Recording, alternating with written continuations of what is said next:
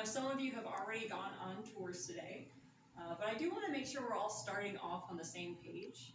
So let me give you just a little bit of context for St. Genevieve as a town.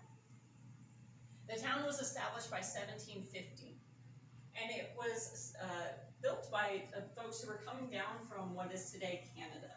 So they're coming down from Quebec in that area, slowly making their way down the river as they start to see what else is happening further south of that main center for New France that was developing in North America.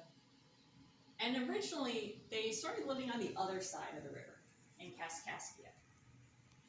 Now, if you look at a map today, Kaskaskia is now on this side of the river. Because, man, that river is a trickster.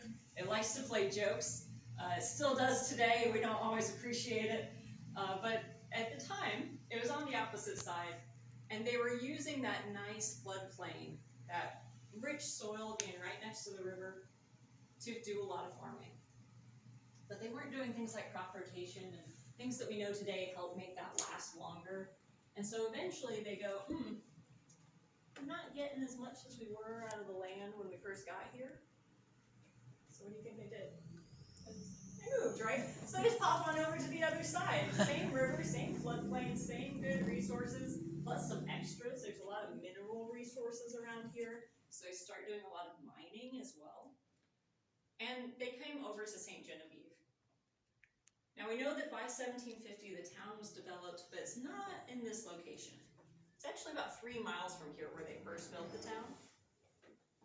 But like I said, the river plays some tricks. They built the town right next to the river, and man, you can guess what's going to happen. And it flooded a lot. We still have flooding issues here. But it flooded so bad in 1785 that the folks were like, okay, we moved once, we can do it again. So they moved again, slowly again to this new location. So this is new St. Genevieve, even though it still dates to the 1700s.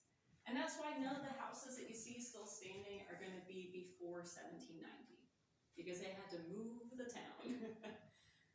Now, again, that river continued to play tricks, and it'll show up throughout any of the stories of St. Genevieve here.